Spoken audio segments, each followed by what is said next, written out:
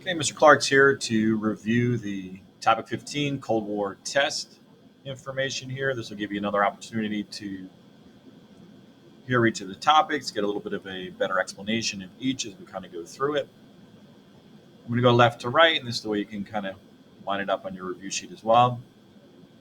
Keep in mind, too, if you want your own copy of the review sheet to edit, just make a copy of the Google Doc, and you can edit that one for yourself. So the test is multiple choice. The first topic we'll discuss is the Alta Conference. This is held along the Black Sea. It's in Russia, Yalta, and it was held at the very end of World War II, kind of before it came to a full conclusion. And the big three, Stalin, the leader of the Soviet Union, Joseph Stalin, Franklin Roosevelt, the United States leader, shortly before he passed away, and British Prime Minister Winston Churchill. There they put forth a path to a post-World War II world. The United States, Soviet Union, and Great Britain decided they were going to divide up Germany into 4 zones, which each of those 3 countries getting 1 zone, plus the French getting the 4th zone.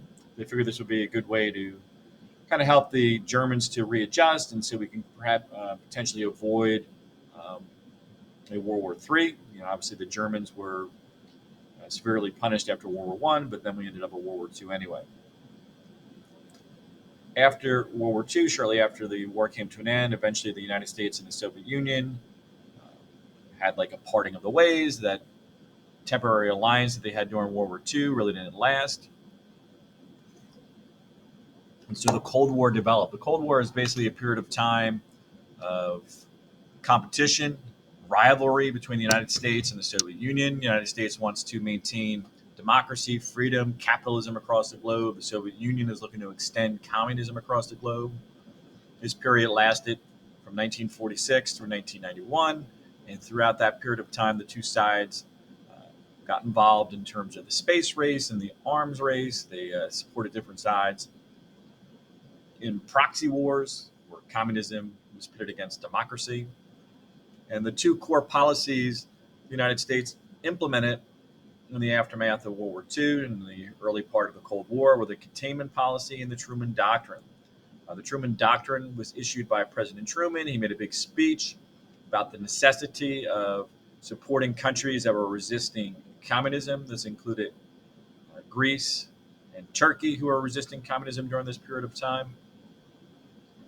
As the United States did not want to get directly involved militarily in that region, we did pledge somewhere around $400 million to aid those countries and stop the spread of communism.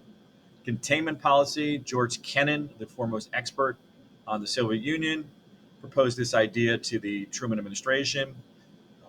Basically, the United States would not be able to go in and fight wars all across the globe to free countries that might be communist already, like, for example, the Soviet Union. But we did want to try and contain this communism in its current borders, stop it from spreading. This would drag us into later on the Korean War. The Marshall Plan, this too was passed right after World War II. This was a plan to help rebuild Western Europe, which was war-torn because of World War II. This is around a $15 billion investment, the belief being if the United States helped out in the rebuilding of Western Europe, then they would in turn to the Soviet Union for help. The world, and particularly the United States and our allies, were concerned already because the Iron Curtain had descended upon Eastern Europe. The Soviet Union, when they had occupied Eastern Europe during World War II, as they kind of liberated it from Nazi control, they never really left. And instead, they installed puppet governments in these Soviet bloc countries or satellite nations. They had 2 different nicknames. Either way, the satellite nations or Soviet bloc nations, that references Eastern European countries controlled by the Soviet Union during the Cold War. The 2 sides dug into with alliances. The United States and our allies in Western Europe and also Canada formed the North Atlantic Treaty Organization with the motto an attack on one was an attack on all, as they pledged to support each other in terms of a potential war. NATO is still around today, and it's expanded greatly since its original founding after World War II. Ironically enough, it actually includes several countries which were originally part of the Soviet bloc nations or the Eastern European countries that were part of what was the rival alliance during the Cold War, which was the Warsaw Pact. Warsaw Pact, led by the Soviet Union, was a formation of the Soviet Union and Eastern European countries under the guidance of the Soviet Union. They were the counterpoint to NATO. And so global alliances are in place. Both NATO and the Warsaw Pact are examples of global alliances that potentially could bring countries into another world war. United Nations, that was established shortly after World War II, was kind of a replacement for the League of Nations. It's an international peacekeeping organization designed to promote world peace. Unlike the League of Nations, the United States joined the United Nations. In addition to that, the United Nations has its own military force where countries around the world pledge divisions to the United Nations fighting force, and they can be sent in difficult situations around the world. So the United Nations is an example of a collective security body and institution today with over 200 members where we kind of work towards global peace. Arms race, this is the period of time after World War II where the United States and the Soviet Union competed to see which country could build up the bigger set of weapons. The weapons include atomic bombs, hydrogen bombs, nuclear bombs, missile technologies. These are things they're going to kind of compete in, and these even was a little bit a spark for the space race. The space race and arms race are related in the sense that space race dealt with a lot of missile and rocket technology, which could potentially then deliver nuclear warheads around the globe. The Berlin crisis, the Soviet Union was a little bit upset in the aftermath of World War II. They were hoping to get reparations from Germany for the destruction of the Soviet Union during World War II. When they didn't receive those reparations, they were really bitter. And Berlin, the capital city of all of Germany, was completely contained in East German sector that was controlled by the Soviet Union, and they cut off all transit and travel by ground from the American, British, and French regions into the Soviet region, so they could not reach Berlin. Berlin, too, the capital, was divided between East and West Berlin, with West being democratic. And so the West Berliners were starving, so the United States helped to coordinate an airlift of supplies into West Berlin, which lasted nearly a year. The Soviet Union eventually gave up on the blockade. It wasn't really working effectively, and they knew they weren't getting the reparations that they had hoped for. So this kind of showed or proved the Soviet Union would be willing to take dramatic steps, even military action, be very belligerent, very aggressive during the Cold War, and we were now moving forward into a different stage, a very uncooperative stage of the Cold War. This period of time, too, there was fear of subversion in the United States. Subversion is when spies from other countries come in, infiltrate, and become members of your government, or secretly working and plotting against your government from within.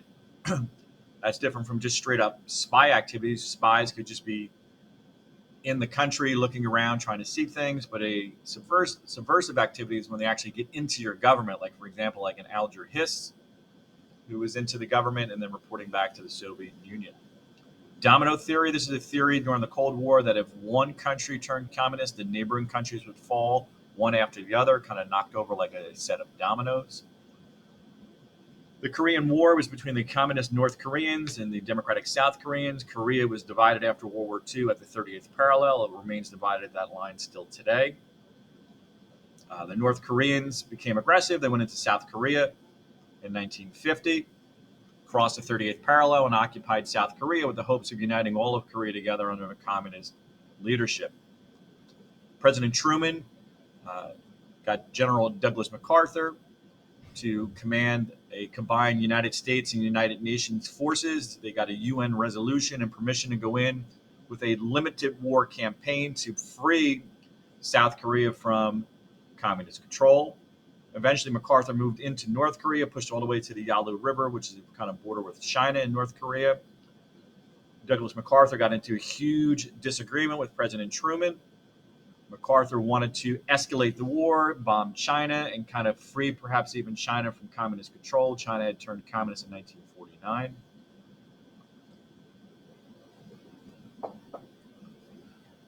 After MacArthur could not reach an agreement with Truman, eventually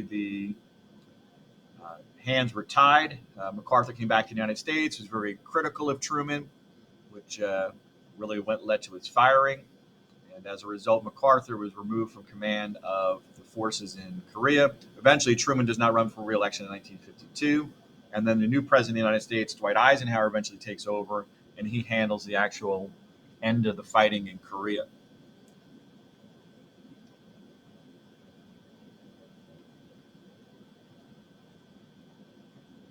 Okay, moving on now to Project Venona.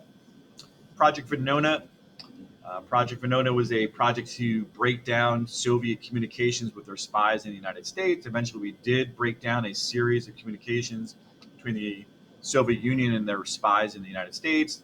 Eventually, the Venona papers were declassified in the 1990s, which indicated we had concrete evidence. The next two people we'll discuss here, the next two spy groups here, were indeed guilty in communicating with the Soviet Union. Alger Hiss, he was a high-ranking member of the United States government during the 1930s and 40s. He was in Franklin Roosevelt's administration. He helped a little bit with the logistics of establishing the United Nations, and eventually we found out that he was sending information back to the Soviet Union. We didn't necessarily have the definitive evidence during the time he was tried, but he was tried and convicted of perjury, which is lying under oath. Anytime you see a court hearing, you put your hand up, you swear to tell the truth, the whole truth, and nothing but the truth. He lied, and as a result, went to prison for perjury. Julius and Ethel Rosenberg. Julius Rosenberg worked for the Army Corps of Engineers. He was working on things like the atomic bomb development. He and his wife especially his wife was helping to coordinate the sale of atomic bomb secrets to the Soviet Union. The two of them were convicted of being spies, convicted of treason, and executed for espionage. During this period of time, the space race took off. The space race was the competition between the United States and the Soviet Union for a wide variety of different things, satellite missile technologies, eventually putting astronauts on the moon, cosmonauts in the case of the Soviet Union. The United States established in the 1950s under President Eisenhower, NASA, the National Aeronautics and Space Administration. The Soviet Union won the very first event of the space race when they launched the satellite Sputnik. Sputnik was the first satellite to orbit the Earth, and the United States and American citizens became panic-ridden. They were very nervous because they felt like they were falling behind in the space race. The National Defense Education Act, NDEA, this was passed in response to the Sputnik launching. The United States wanted to reemphasize mathematics and science education in the United States and appropriated millions of dollars to kind of bring about that goal. The United States Committee, the House and Un-American Activities Committee, originally convened during the 1930s because of fascism and Nazism and communism. During the late 40s and 50s, it focused primarily in on communism in the Soviet Union and communist activities in our country. Eventually, Richard Nixon, who gained a lot of fame as he prosecuted Alger Hiss for the spy activities, they helped to chair a series of investigations where they were putting people in front of the House Committee on communism and kind of accusing people, very often falsely accusing them of being communists. And this is kind of sparked too by Joe McCarthy, a senator from Wisconsin, a Republican. His period of time of about 4 or 5 years of accusing people of being communists. He had a list in his hand that he waved in the air that he had 205 members of the United States State Department that he alleged were communist. This whole era of kind of like a witch hunt, as they kind of compared it to under McCarthyism. People dragged in front of these House and Senate committees, accused of being a communist without any real evidence. Collectively, this was known as the Red Scare, this fear that communists were spreading into our government. It really destroyed the Hollywood community, as many members of the Hollywood film industry were accused of being communist, including the Hollywood 10, who were dragged in front of the committee in Congress, refused to testify, and they were basically put on a blacklist. A blacklist circulated during this period of time, indicating that people were communist, and this was really a very difficult time for many in Hollywood. Hollywood pictures changed too; they were being censored, so much so that the Hollywood films were being I guess, going through like a screening committee. Even the FBI director, J. Edgar Hoover, stepped in. A lot of the films were anti-communist, kind of films that depicted communism in a negative light. And other than that, they really couldn't deal with any sensitive issues. Lavender Scare, somewhat related here to the Red Scare, the idea that we're trying to weed out potential threats in the government during the Cold War. This particular scare targeted members of the LGBTQ community, anybody who thought to be a homosexual during this period of time or thought to be a security risk. The fear would be that because homosexuality was so scorned and so negatively looked upon during the 1950s, that the homosexuals, members of the government, could be blackmailed by Soviet agents to give them classified information with the threat of outing them to their community, which is something that they don't want to see happen during that period of time.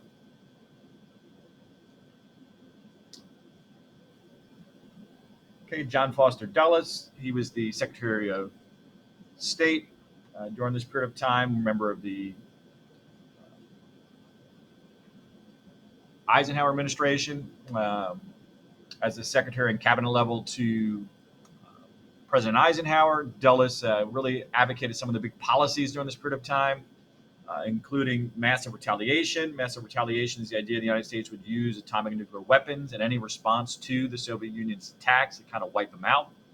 That was, I guess, designed to instill fear. Brinkmanship is the idea that the United States needed to be willing to go to the very brink of war to deter our adversaries from actually attacking us. Mutually assured destruction. Many people believe this actually helped us to avoid World War III on multiple occasions. Mutually assured destruction was the idea that neither side would use atomic or nuclear weapons because they knew that not only would they destroy their adversary, but the retaliation would then destroy them as well. Censure, and this would probably be a little bit further up near Joe McCarthy. Joe McCarthy was censured after they found out he was making a lot of his information up.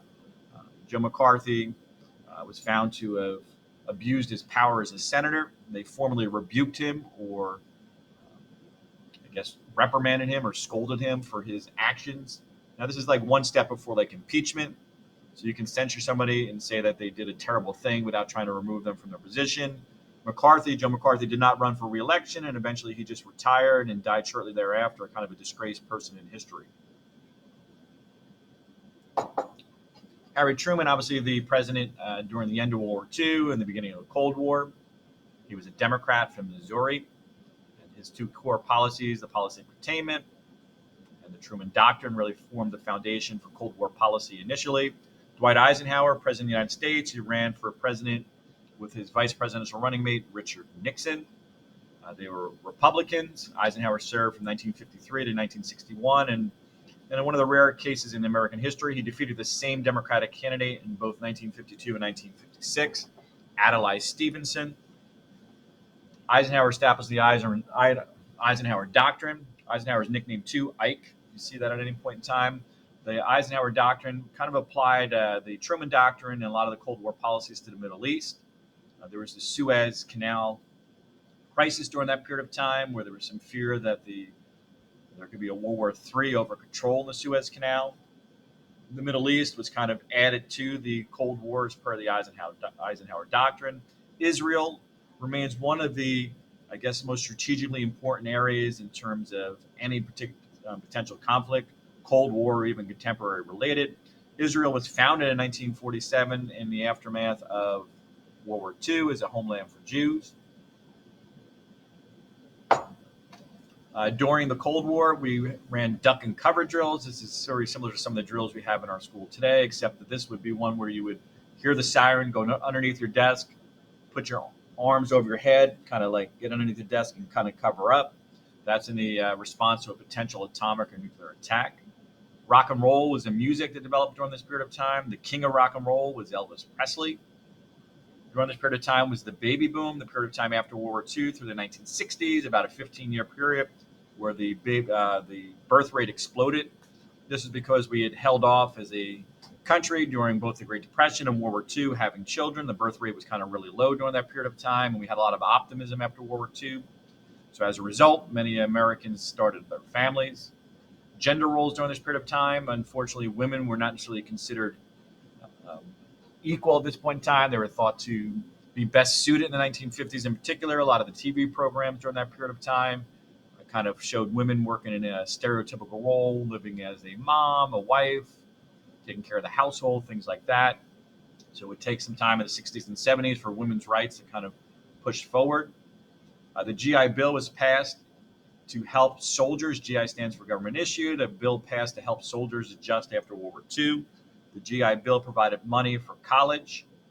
It paid for your tuition if you want to go to college or job training, gave you a low interest loan if you want to start your own business. It also helped the housing industry during this period of time with low interest loans in the form of mortgages. During this period of time, too, TV was really popular. TV, you went from basically a few thousand people in the 1940s having TVs to virtually everyone having a TV by the 1950s. Advertisements were really impactful during this period of time with all the consumer products that were coming out. Advertisements kind of informed you of what was going on during that period of time. New consumer products. William Levitt, he helped to build in 1949 the very first mass-produced housing community in Levittown on Long Island in New York State. The mass-produced homes around $8,000, and there were identical blueprints, which allowed for him to build these homes very quickly to meet the very high demand in the aftermath of World War II. Hopefully this review helped you a little bit prepare for the test. Until next time, Mr. Clark is out.